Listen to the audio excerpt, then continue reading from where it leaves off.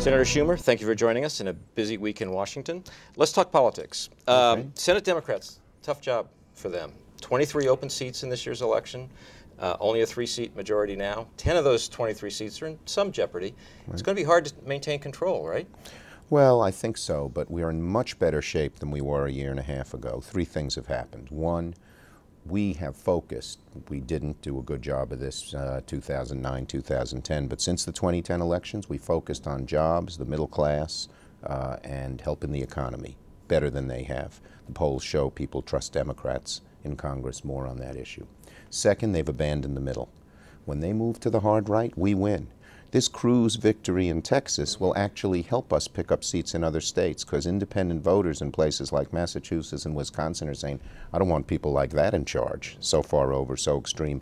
When either party moves too far over, they lose. They've abandoned the middle, Hispanics, women, and just now this Tea Party phenomena. And third, we have good candidates. So actually, if you had to bet money, you would say that we will keep the Senate. If there were no super PACs, wishful thinking, we'd actually gain seats. You're going to get outspent this year? We will get outspent because of the super PACs. Our candidates will have more money than theirs, but the super PACs will outspend us by a lot. We'll have a little bit of money on our side, on the super PAC side, but not close to them. But candidates usually spend money a lot more effectively than super PACs. You've handicapped Senate races for a long time, and for the party committee for a long time. Which are the ones to watch this year? There are a lot of seats to watch. First, you have to look at the incumbents who come from red states, Missouri, Montana. McCaskill and Tester, though, are very strong candidates. They have their own brand. And again, in each state, the Republican Party candidate is so far over to the right, particularly in Missouri, but also in Montana, that it gives them real chance, real opening. I'd bet on them to win. Then you have to look at the states that they should win. North Dakota should be in their hip pocket, but Heidi Heitkamp is so much of a better candidate than Berg, their candidate, that she's ahead in the polls right now. Wisconsin will be a tough state, but right now, even in the polling data, Tammy Baldwin's ahead of Tommy Thompson, and he's being pummeled by Tea Party candidates, so he probably won't win. But there aren't many states you have much of a chance of taking back from the Republicans. Oh, no. That's the secret we have, is that of their 10, we have 23 seats open, they have 10. They have 10, right. Who would have thought that 5 of their seats we have a real chance? Which 5? Maine, Massachusetts, Indiana, where again the Tea Party beat Lugar and gives us a 50-50 chance. Nevada, where Shelley Berkeley's in a tough fight, but again, it's 50-50. The polls show it neck and neck. And Arizona, where we have a great candidate, and again, they have a primary pulling them over to the right. You know, some of those conservative Democrats you just talked about, John Tester, Claire McCaskill, they're people you recruited to run for the Senate in the first place. Aren't they a little nervous this year? Do they want to run with Barack Obama? They kind of want to run on their own, not with Barack Obama. Well, you know, they will run as candidates who do best for Missouri and Montana, and when they have to break with the president, they will. When they agree with the president, they'll be with him. Tester's for the pipeline.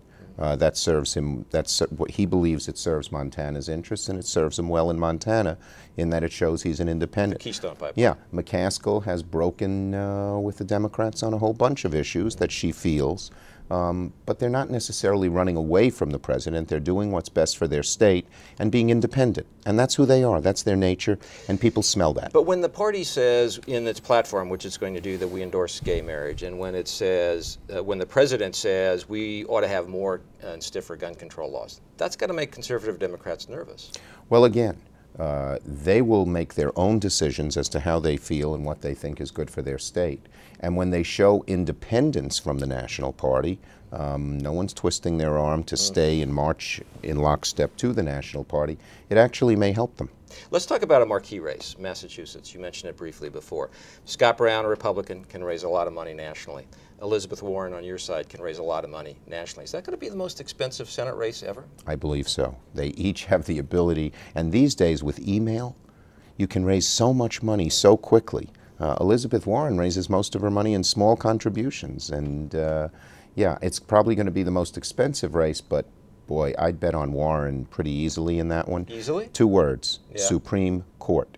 When Massachusetts voters think of control of the Senate, they think of that. And I don't think they're going to, even if they happen to like Scott Brown as a person, they're not going to vote for him. Let me ask you about another tough one for you guys. Bob Kerrey in Nebraska, trying to come back. That is a pretty red state. Is that going to happen? That's the reddest state that we have a contest in, where there was Right. a Democrat who had the seat before. But Bob Kerry's unique. He's original. He comes out with interesting ideas. Again, our candidates show independence. Their candidates seem to hew to this hard right Tea Party line, or they get defeated. That helps us. The party that abandons the center loses. Republicans, for their own reasons, are abandoning the center in state after state. You have talked a lot about the middle class just here in the last couple of minutes. You are somewhat famous for having invented a fictitious, Yes. But to your mind, very real Oh, yes. middle class couple, the Baileys from Long Island. Yes. And you've written and talked for years about how the Baileys are doing. How are the Baileys doing? And Okay, probably not so great. And are they Right. mad at President Obama? Very important point. They like President Obama as a person. They're not unemployed, but they find that their paycheck doesn't stretch as far. And In I other bet they're a words, little scared, aren't they? and they are a little worried about the future for their children. But they're not looking back. They're not looking at what happened in the past or even now. They're looking at which candidate is going to make them feel better about their future and their family's future. And when Barack Obama concentrates on, here's what I'm going to do, here's what Romney's going to do, the Baileys will end up being for Obama. Because he is much more in sync with what they need. He doesn't believe, the Baileys really don't believe in trickle down. They don't believe in a whole lot of government spending, but they believe in tax breaks for kids to go to college, federal government tax breaks, which Republicans voted against in today's Senate Finance Committee meeting. They believe that highway building is a good thing to get our economy going. They believe that when you do research in places on Long Island like Brookhaven or Long Island Hospital, that's a good thing and helps them live longer. So the extreme anti-government position that the Republican Party seems to embrace from Tea Party origins is not where the Baileys are at. Now, are they for left-wing Democratic things? No. They're down the middle. We're closer to the middle than they are. Well, aren't they pretty worried about the deficit? They are worried about the deficit, but they're most worried about who is going to make their lives better. When they sit down at the table Friday night and they have to pay the bills, which group is going to help them do that best? I don't think they believe in the answer, just let business handle it and things will get better. You are also chairman of the Democratic Policy Committee, so let me ask you a couple of policy questions before we have to close here. One is that you advocated for a policy of extending the Bush tax cuts for everybody making, all families making less than $1 million a year. The president said less than $250,000 a year, which means that some people in the middle there don't get to keep their tax cuts. Right. Have you guys reconciled your positions? We have. Look, it was far more important. He's the president. It's far more important for us to be on the same page. The difference is that the high-end people don't get a tax break. Middle-class people do.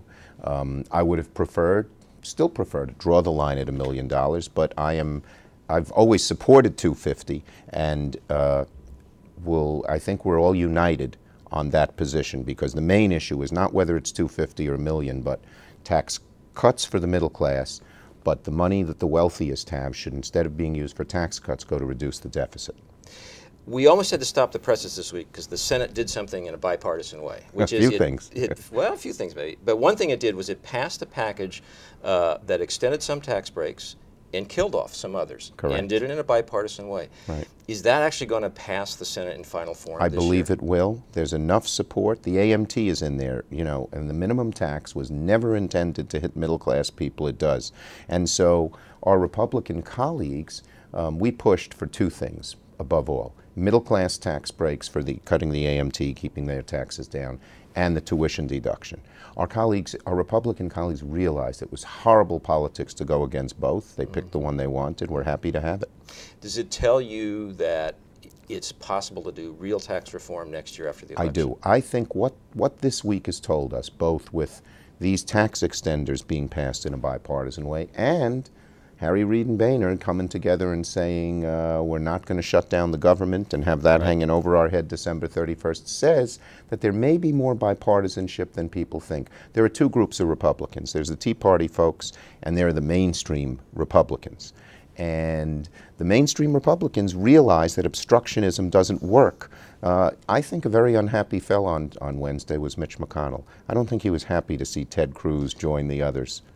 Final question. So are we going to hit this fiscal cliff at the end of the year? Or put a different way, is Congress going to fail to come up with an agreement and force a lot of really broad spending cuts that kick in on defense and domestic programs if there's not a deal? I'm an optimist here. I think there's a mainstream group of Democrats and Republicans who will come together and say, we have to reduce the deficit, we each have to compromise, and I believe we're going to surprise people and actually get it done by December 31st.